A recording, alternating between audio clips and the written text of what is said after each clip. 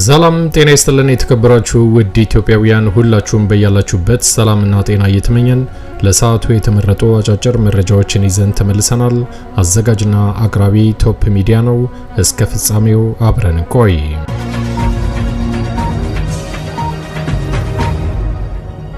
ክቡራን አድማጮች እንደተለመደው ይሄ መረጃ ለፍትህ፣ ለዲሞክራሲ፣ ለእኩልነት ለሚታገሉ ንጹሃን ወገኖቻችን በአጠቃላይ ድምጽ ለመሆን ስለሚረዳ ወዳጆቼ ላይክ በማድረግ እንድትጀምሩ ስል በትህትና ለማስታወስ እወዳለሁ።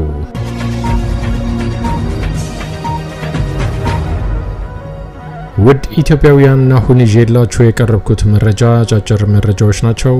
የመጀመሪያው መረጃ በአማራ ክልል በተለያዩ ግንባሮች ላይ ዛሬም ተጠናክሮ በቀጠለው ወታደራዊ እንቅስቃሴ የአማራ ፋኖ ብሔራዊ ንቅናቄ በአብይ አህመድ ወታደሮች ላይ በሚወስደው የመልሶ ማጥቃት እርምጃ በርካታ ድሎች እየተመዘገቡ ቀጥለዋል።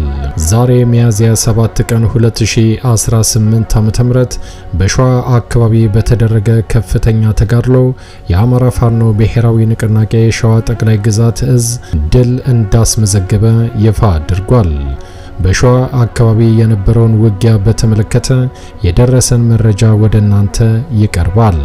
በሌላ መረጃ ደግሞ ዛሬ ከፍተኛ ውጊያ ከተደረገባቸው አካባቢዎች መካከል ራያ ቆቦ ይገኝበታል። በዚህ አካባቢ የሚንቀሳቀሰው የአማራ ፋኖ ብሔራዊ ንቅናቄ ሚኒሊክ እዝ 102ኛ ኮር እጅግ በጣም አስደናቂ ድል እንዳስመዘገበ ይፋ አድርጓል። ይህንን በተመለከተም የምታዳምጡት ይዘናል። በሌላ መረጃ ደግሞ የሙዚቃው ንጉስ ቴዎድሮስ ካሳሁን በነገው ዕለት አዲሱ አልበም እንደሚለቀቅና የኢትዮጵያ ሕዝብ በአጠቃላይ በጉጉት እንደሚጠብቀው ይታወቃል። ሰሞኑን ጋዜጣዊ መግለጫ ለመስጠት የተከለከለው ቴዲ አፍሮ ጋዜጣዊ መግለጫ አለመሰጠቱ ታላቅ ማስታወቂያ ሆኖለታል። ትብብር ለኢትዮጵያ አንድነት የተባለው የፖለቲካ ፓርቲ ድርጅት ጉዳዩን በተመለከተ መግለጫ ሰጥቷል። ይሄንን በተመለከተም የምታዳምጡት ይዘናል። እስከ ፍጻሜው ከቆያችሁ ታዳምጣላችሁ። መልካም ቆይታ።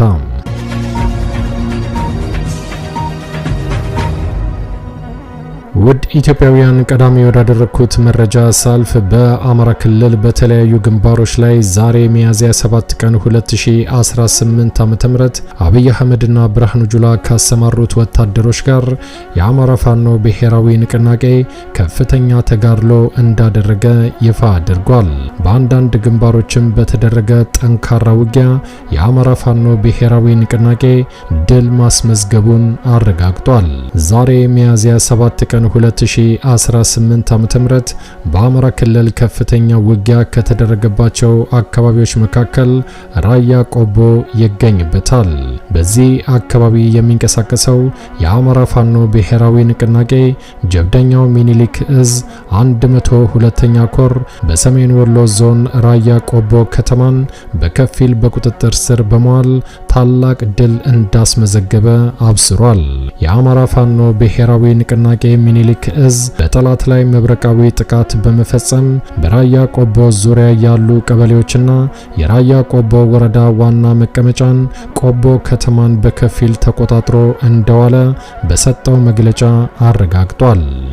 በተጨማሪም የ102ኛ ኮር እስከ ቆቦ ከተማ ዘልቆ በመግባት በወሰደው ጠንካራና ድንገተኛ የማያዳግም እርምጃ ከ105 በላይ የፌዴራል ፖሊስና ከ250 በላይ የመከላከያ ሰራዊት እንደተደመሰሰ ይፋ አድርጓል። በዚህ አካባቢ የነበረው የተሳካ ኦፕሬሽን ከፍተኛ እንደነበረም አስምሮበታል። ተወርዋሪዋ ልዩ ዘመቻ የአማራ ፋኖ በቀይ አፈር አካባቢ በነበረው ተጋድሎ 89 የመከላከያ ሰራዊት እንደደመሰሱ በትክክል እንደተቆጠረ አረጋግጠዋል። በዚህ አካባቢ በነበረው ተጋድሎ ጠላት ከጠዋት ጀምሮ በድሮን በቢኤም በዙ 23 በመድፍና በታንክ የተጠናከረ ከፍተኛ የማጥቃት ሙከራ ቢያደርግም አይበገሬዎቹን የአማራ ፋኖ ብሔራዊ ንቅናቄ የፋኖ አባላትን ማቆም ተስኖት እንደዋለ እዙ በሰጠው መግለጫ ይፋ አድርጓል። የወገን ኃይል የ102ኛ ኮር እንዲሁም ተወርዋሪዋ የሆነችው ልዩ ዘመቻ በጥምረት ባደረጉት ጥቃት በሰሜን ወሎ ቆቦ ከተማ ከተማን በከፊል በመቆጣጠር የአብይ አህመድን ስልጣን አስጠባቂ የፌዴራል ፖሊስና የመከላከያ ሰራዊት በከፍተኛ ደረጃ ተመቶ ሞትና ቁስለኛውን በአምቡላንስ ወደ ቆቦ ሆስፒታል ሲያመላልስ እንደዋለ አመራሩ በሰጠው መግለጫ ይፋ አድርጓል። ሚያዝያ 7 ቀን 2018 ዓ.ም በጠዋት የተጀመረው ከፍተኛ ተጋድሎ በጠላት ላይ ወታደራዊና ፖለቲካዊ የስበት ማዕከሉን በመለየት የ102ኛ ኮር በጮቤ በር የጠላትን ዲሽቃ በወገን ሞርታር ሙሉ በሙሉ በማውደም በተመሳሳይ በካራላይና በተዘጠዛ ካምፕ በሚባለው አካባቢ በከፍተኛ ደረጃ እርምጃ የተወሰደበት ሲሆን በተወርዋሪ ልዩ ዘመቻ በቀይ አፈርና አባሆይ ጋሪያ በተባለ አካባቢ በተመሳሳይ የወገን ጦር የኃይል የበላይነትን በመውሰድ ከላይ የተጠቀሱትን የገጠር ቀበሌዎችና ከተሞችን በቁጥጥር ስር እንዳስገባ የአማራ ፋኖ ብሔራዊ ንቅናቄ በድል አድራጊነት ይፋ አድርጓል። በመጨረሻም የወገንን ኃይል መቋቋም ያቃተው አብይ አህመድ ያሰማራው በርካታ ወታደር 01 ቆቦ ዙሪያ በተባለ አካባቢ የመቀሌ የተክለ ሃይማኖት ቤተክርስቲያንን ሆን ብሎ በመድፍ እንደመታና እንዲሁም የንጹሃን አማራዎችን ቤት ታርጌት በማድረግ ፋኖን ለማስለቀቅ በሚል ስሌት የበርካታ ሲቪሊያንን ሕይወት በከባድ መሳሪያ እንደቀጠፈ የአማራ ፋኖ ብሔራዊ ንቅናቄ በሰጠው መግለጫ ይፋ አድርጓል። ሆኖም ግን የተሞከረው ሙከራ በአጠቃላይ የፋኖ ታጋዮችን ማነቃነቅ አልቻለም ብሏል። በአጠቃላይ በዚህ አካባቢ በተደረገው ጠንካራ ውጊያ የአማራ ፋኖ ብሔራዊ ንቅናቄ በርካታ ቦታዎችን ተቆጣጥሯል። መዳረሻው ድልና ነጻነት የሆነው የአማራ ሕዝብ የህልውና ተጋድሎ ተጠናክሮ ቀጥሏልም ብሏል። ህልውናችን በተባበረ ክንዳችን የአማራ ፋኖ ብሔራዊ ንቅናቄ ምስራቅ አማራ ቀጠና ሚኒሊክ እዝ የ102ኛ ኮር ህዝብ ግንኙነት ኃላፊ ሚያዝያ 7 ቀን 2018 ዓ.ም በቆቦ አካባቢ የተደረገውን ውጊያና የተገኘውን ድል አስመልክቶ በሰጠው መግለጫ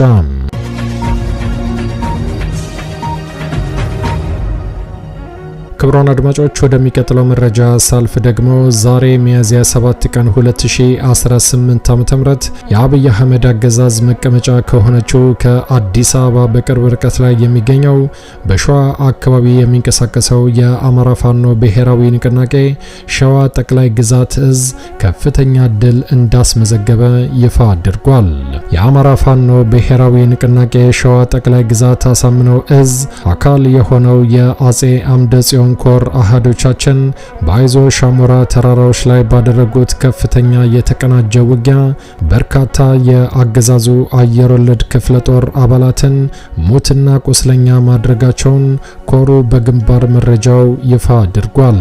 የአማራ ፋኖ ብሔራዊ ንቅናቄ የአጼ አምደ ጽዮን ኮር አካል የሆኑት ከራምቦ ክፍለ ጦርና ከ7ለ7 ክፍለ ጦር በተውጣጡ ውስን ሻለቆች በተደረገው የቅንጅት የጨበጣ ውጊያ ቁጥራቸው በውል የማይታወቁ የአገዛዙ ሰራዊት ከጥቅም ውጭ ማድረጉን ኮሩ በሰጠው የግንባር መረጃ አረጋግጧል።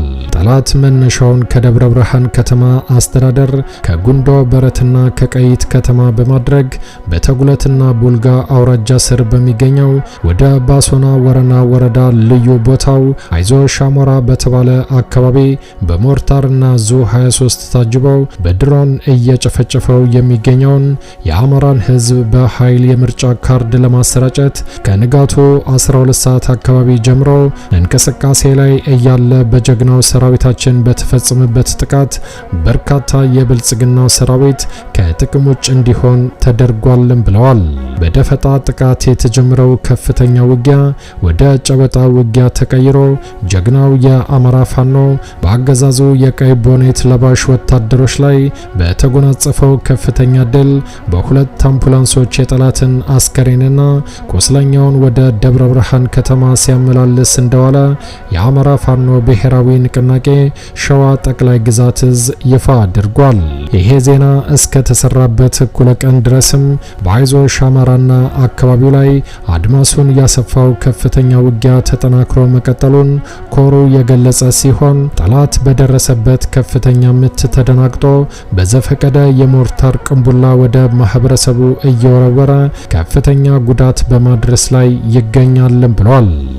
በተመሳሳይ ዜና በትላንትናው ዕለት የአማራ ፋኖ ብሔራዊ ንቅናቄ ሸዋ ጠቅላይ ግዛት አሳምነው እዝ የአጼ ዘርዓ ያዕቆብ አንደኛ ኮር ነጎድጓድ ክፍለ ጦር ከደብረ ብርሃን ከተማ ቅርብ ርቀት ላይ ከኮኬለሽ እስከ በዞ ድረስ በነበረው አውደ ውጊያ ክፉኛ የተመታው የጠላት ኃይል እስካሁኗ ሰዓት ድረስ ሙትና ቁስለኛውን እየሰበሰበ ሲሆን በተያያዘ ዜና ናደው ክፍለ ጦር በመርሃቤቴ ቀጠና ባደረገው መጠነ ሰፊ የማጥቃት ዘመቻ ክፉኛ የተመታው የብርሃኑ ጁላ በርካታ ወታደር የበቀል እርምጃውን ዛሬም በ107 እና ሞርታር ከባድ መሳሪያዎችን በመተኮስ ተራራዎችን እየደበደበ ይገኛል ሲል የአጼ ዘርዓ ያዕቆብ አንደኛ ኮር በሰጠው መግለጫ ይፋ አድርጓል። ክብር ለትግሉ ሰማዕታት፣ ህልውናችን በተባበረ ክንዳችን። የአማራ ፋኖ ብሔራዊ ንቅናቄ ሸዋ ጠቅላይ ግዛት አሳምነው እዝ የህዝብ ግንኙነት መምሪያ ኃላፊ ሚያዝያ 7 ቀን 2018 ዓ.ም በሸዋ አካባቢ የነበረውን ተጋድሎ በተመለከተ በሰጠው መግለጫ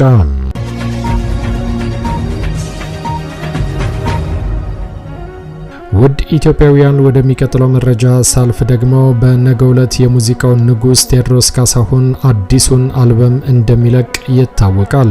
ይህ በእንዲህ እንዳለ ገና ሙዚቃው ሳይለቀቅ የተደናገጠው የብልጽግና አገዛዝ ቴዲ አፍሮ ጋዜጣዊ መግለጫ እንዳይሰጥ ከመከልከልም በላይ የማስፈራራት ፕሮፓጋንዳዎች ዛሬም ተጠናክረው ቀጥለዋል። ይህንን በተመለከተ ትብብር ለኢትዮጵያ አንድነት ወቅታዊ ጉዳይን በተመለከተ መግለጫ ሰጥቷል።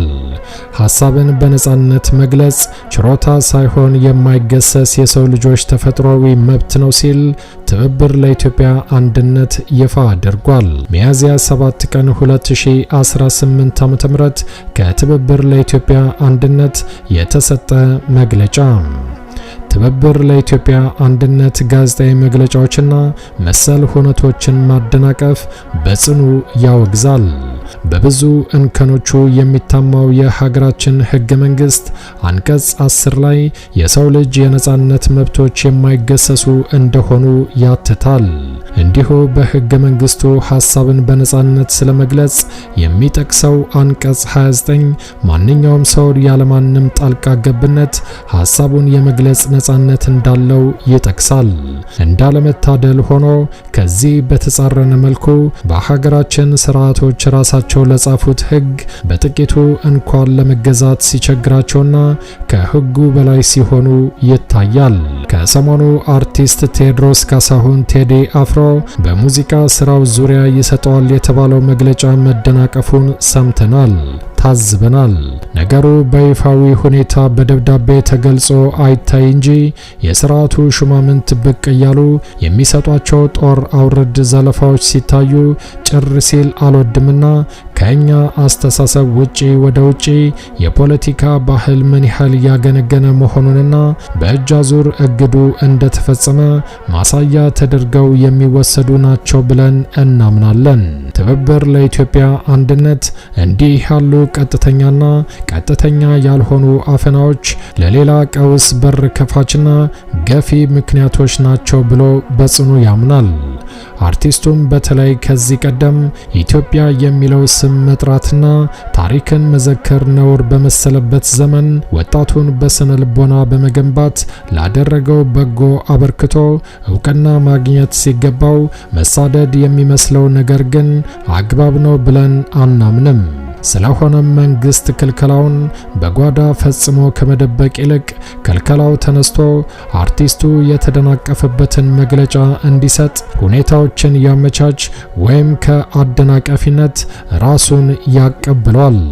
በሌላ በኩል የዜጎች የመናገር ነጻነት እንዲከበር በህግና በስርዓት የሚሰራበትን አግባብ እንጂ ፍትህ በግለሰቦችና ካድሬ እጅ እንዳይገባ ይከላከል ዘንድ እናሳስባለን።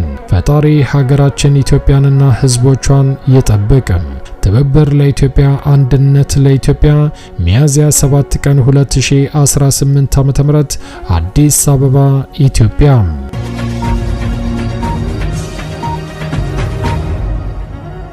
የተከበራችሁ ክቡራን አድማጮች ለሰዓቱ ያዘጋጀነው አጫጭር መረጃ ይሄን ይመስል ነበር። እንደ ወትሮው ለማስታወስ እንወዳለን ለቻናሉ አዲስ ከሆናችሁ ሰብስክራይብ በማድረግ የደወል ምልክቷን በመጫን ፈጣንና ታማኝ መረጃዎችን መከታተል ይችላሉ። አዘጋጅና አቅራቢ ቶፕ ሚዲያ ነበር። በሌሎች አጫጭር መረጃዎች እስከምንገናኝ ቸር ያሰማን። ኢትዮጵያ ለዘላለም ትኖር። ዘረኝነት ይውደም።